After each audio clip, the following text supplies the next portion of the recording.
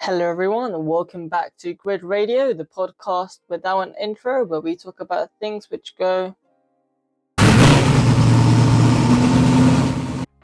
I'm your host, Nihan, and I'm bringing you another episode of Sidepod, where I'm covering the latest news in the most premier motorsport championships. Sorry, guys, for the late video. I'm actually filming this on Sunday.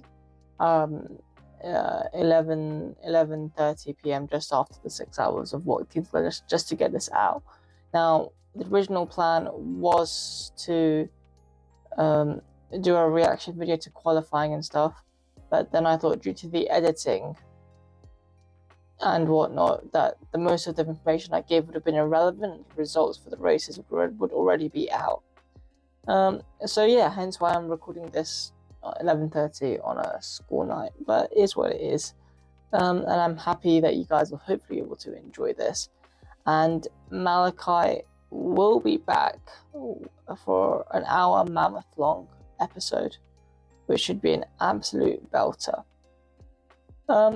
So firstly, Ferrari completing a hat-trick of wins at the 24 Hours of Lemans.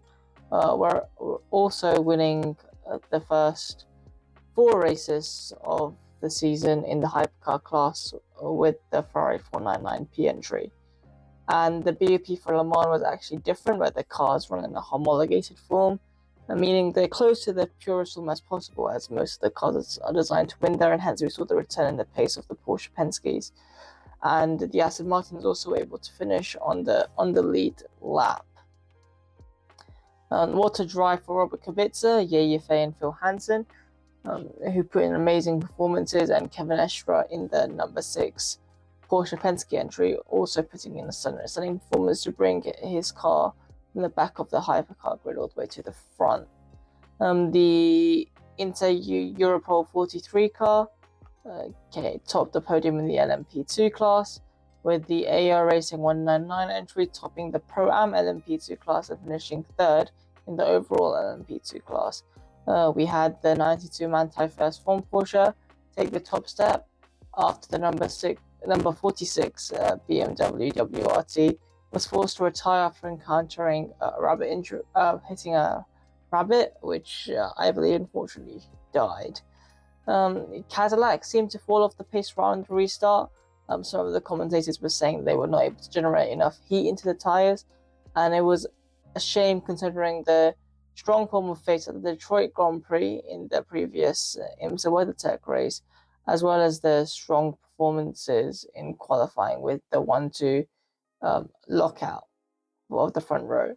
The number 4, number 5 Porsches fell out of sync, and that kind of put them on the back foot, and they were on an alternate strategy, which kind of, didn't give them a chance to recycle through the front, just the way the events of the race played out. The number 5, I believe, also picked up a few penalties, which was unfortunate.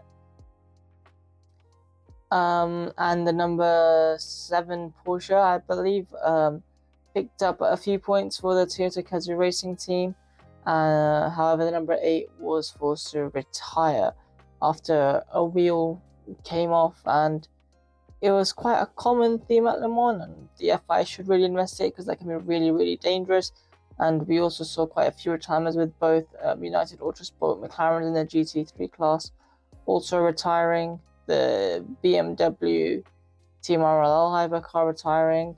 So yeah, quite a few retirements. There was, I believe, a Peugeot which retired as well. And it wasn't a good weekend for the Peugeot 9X8 or for French brands in general. However, Alpine were able to scrape a double points finish following the number 50 cars disqualification, with Alpine finishing in the classified rankings as 9th and 10th. Peugeot are now actually submitting a request for a new hypercar from the parent company because the BOP did not seem to favour them at all, and it was just a bit heartbreaking to see because we knew that they would be slightly slower, and it was interesting to see the increase in weight, whereas most of the cars are reduced because running closer to their actual form. So I don't know whether the Peugeot testing was too strong or something, and whether or not you need to kind of work around that and kind of play to the regulations, and that's what we're seeing a lot now in motorsports, where where teams are trying to find loophole after loophole after loophole to kind of gain the smallest bit of performance from the rules. And Peugeot, by the looks of it, seem to have been unable to do that. Then following that, we also had the Canadian Grand Prix on that weekend, where we saw Russell with a stolen performance, Mr. Saturday delivering as always, and we saw a great performance from Max Verstappen. Solid drive from him to clinch second place and closing that championship gap to Norris and Piastri in the World Driver Championship, as well as Kimi Antonelli grabbing his first Mercedes podium, finishing in third, being the third youngest driver behind Seb and Max. Not too bad of a club to be a part of, if I'm being completely honest. But yes, a sensational drive from him. Oscar Piastri finishing in fourth by the skin of his teeth. Not that he put on a bad performance, just that he was incredibly lucky not to be taken out by his teammate Lando Norris, who seems to be hurting his championship fight more and more. And we kind of saw this last year, where there was no one to blame really for his championship loss except for himself, where he kept on bottling the pole position into the first corner of every race. So I don't know what Lando Norris needs to change, or is it the car setup? And his influence over the team seems to be slipping slowly away. And Andrea Stella really needs to kind of get a grip of things before they go sideways, and so does Zach Brown. Because if you let the drivers all pretend to be happy dandy, you're just brushing over the issue. And they're incredibly lucky that they didn't end up in a double DNF finish. And it was also kind of interesting to see how aggressive Norris was. That shows he has fight in him, but it also shows a lack of immaturity from such an experienced driver, where there were so many laps left in the race, and he had so many more. He would have had so many more opportunities, and he clearly was, well, at the time, looked like to be the faster driver, closing the gap in every sector by a few tenths. And slowly across the laps, I'm sure he would have caught up with Piastri. And it was just unfortunate to see, him DNF. And it's going to be interesting to see whether or not that comes back to bite him. But yeah, it was. It's going to be an interesting team dynamic, to say the least, at McLaren now. But following that, we also had the Ferraris, and another weekend to forget for Lewis Hamilton after killing a groundhog that made him lose 20 pounds of downforce, and was almost losing a lap to his teammate. I wonder whether or not Hamilton's season's going to turn around this year. As a Ferrari fan, it genuinely pains me. And the strategy call, whether Leclerc could have stayed out and maybe been in a podium fight, it's a debate. And we saw a brief glimpse of hope in the Ferrari strategist team, but then we saw them fumble at Miami. And here you can kind of say we saw them fumble again. And it's just difficult to watch. And there have been already talks about a change of management at Ferrari, with Italian media speculating. I think it's going to be interesting to see how Ferrari deals with these rumours and how it changes its approach moving forward, because they can't have letdown after letdown. And, Fred Vasseur came into the season saying, we've redesigned the car so we can have more development. And I personally feel like, even as a Ferrari fan, if in 2026 they are not competitive by the end of the year, we need a change, whether that's a restructuring of the Ferrari Formula One team, where we bring in new engineers, where we rebuild the whole thing, tear it down. Because sometimes that's what you need. You need to be rebranded, like we saw with the Minardi team, or now we're seeing with Williams, with James Vowles coming at the helm.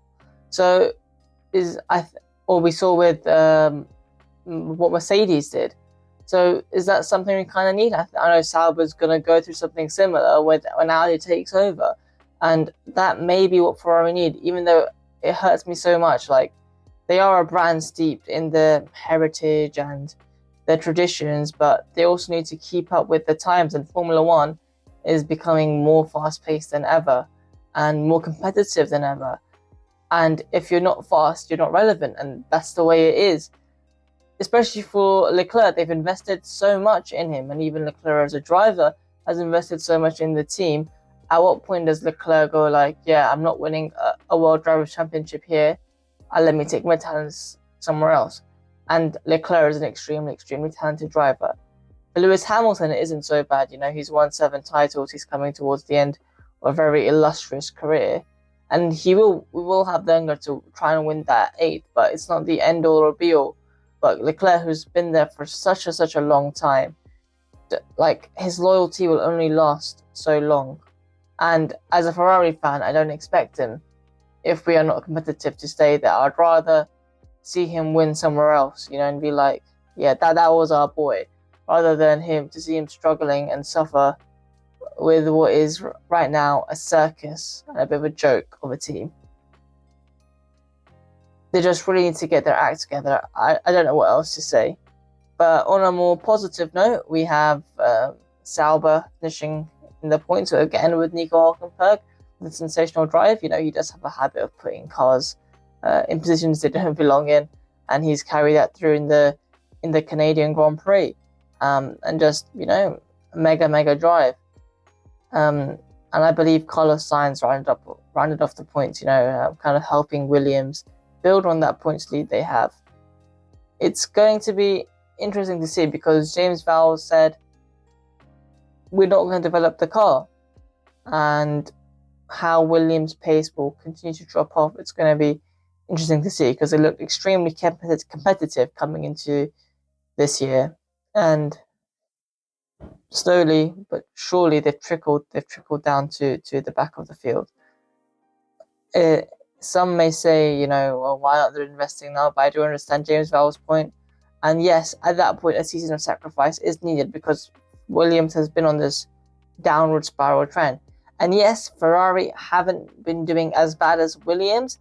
If you look at comparatively, like the standard of and caliber of Ferrari, I would say it's almost identical to Williams, where we had like some strong performances, signing some good drivers, that just all goes downhill. And I don't want it to see the same fate as Williams, where they end up becoming a backmarker team, where they end up struggling to score points. I want a change to happen now, if that makes sense. Surely if you're able to build a car and then win Le Mans in the first year of it running, you are able to build a half-decent F1 car. I mean, it is half-decent right now, but I mean a decent F1 car, championship-winning F1 car in this many years.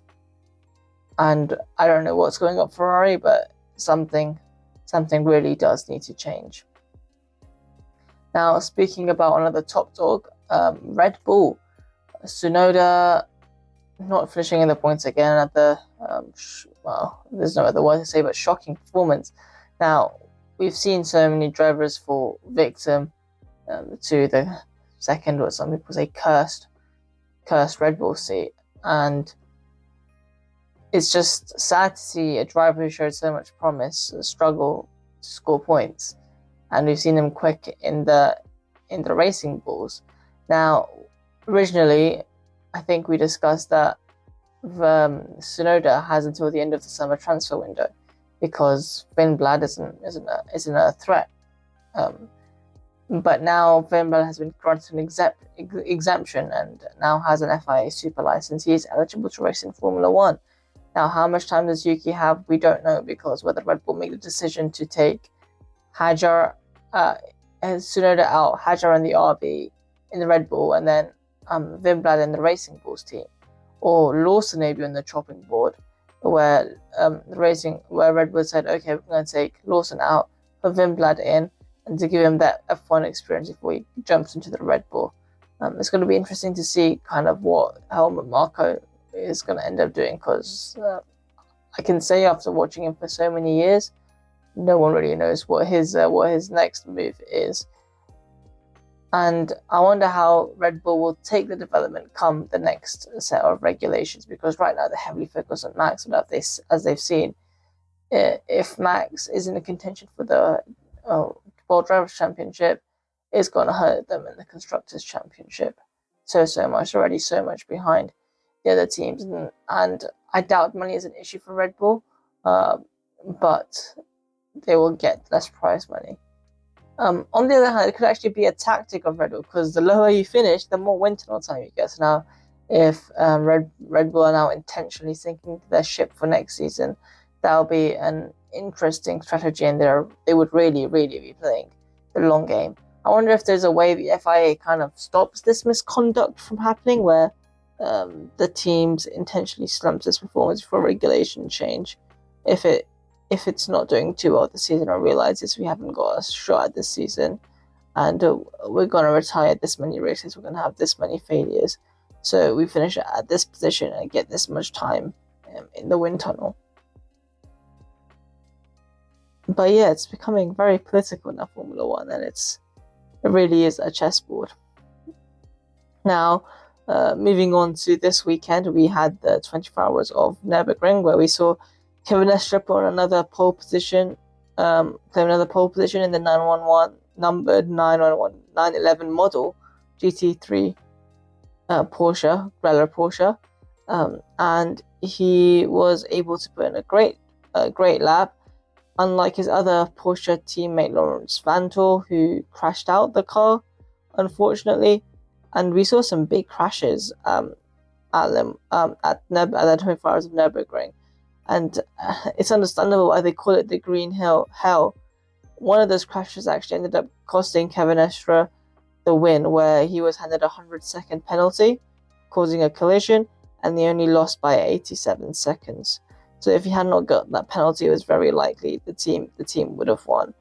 But yeah, disappointing result for Kevin Estre again, with that's 2 back-to-back second places in 2 back-to-back 24-hour races, and there is yet one more to come at the 24 hours of Spa-Francorchamps. But congratulations are due for the number 98 BMW WR team, with Augusto Farfus and Kelvin van der Linde putting in sensational performances to take that car to the win. That's a second BMW win in the Intercontinental World GT Challenge, where Kelvin van der Linde, his brother Sheldon van der Linde, and the good Dr. Valentino Rossi were able to pick up the win at the 12 hours of Bathurst. And we also saw another crash between two Porsches, where one was just dazzled by headlights, and it was just shocking to see.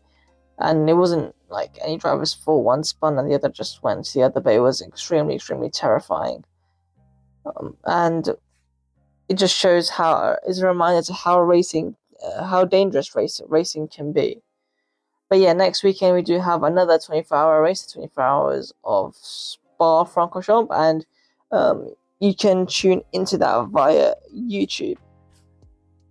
After the 24 hours of Nurburgring, I tuned into the 6 hours of Watkins Glen. So the Acura was on pole again, with a great lap by them, and the BOP really seemed to affect Porsche, as this track is very much high speed, low downforce, and you need to be extremely fast in the straights, which Porsche weren't due to the added weight of BOP, and at every restart they were just sitting ducks ready to be chewed. And we had a lot of full course yellow and double waved yellow flags due to so many incidents. We had crashes in LMP2, we saw Nick Tandy take one off, and the weather really brought what I would like to say was an enjoyable race.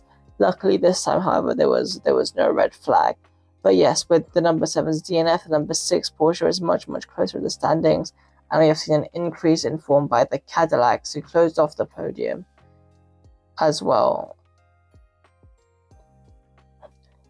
Whilst the posting Acura, which won at Detroit, did not win the race, the sister car was able to, and that surely benefits Acura in the manufacturers championship.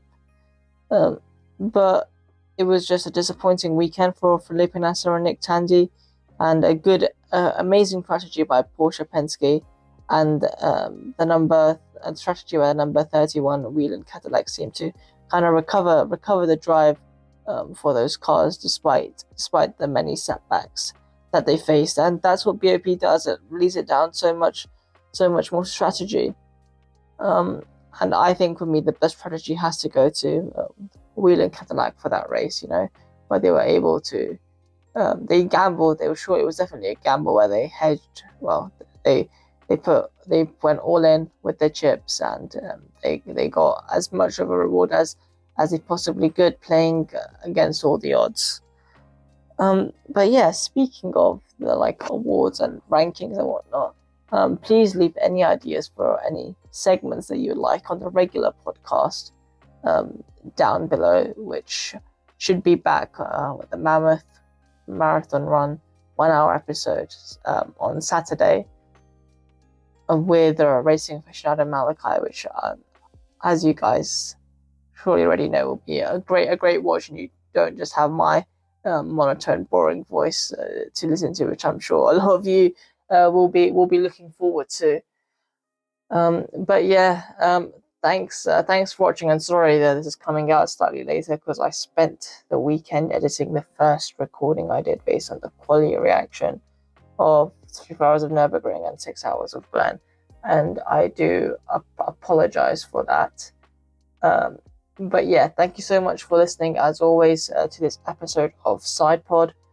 Please do like and subscribe to stay tuned for the main episode coming out this week on Saturday.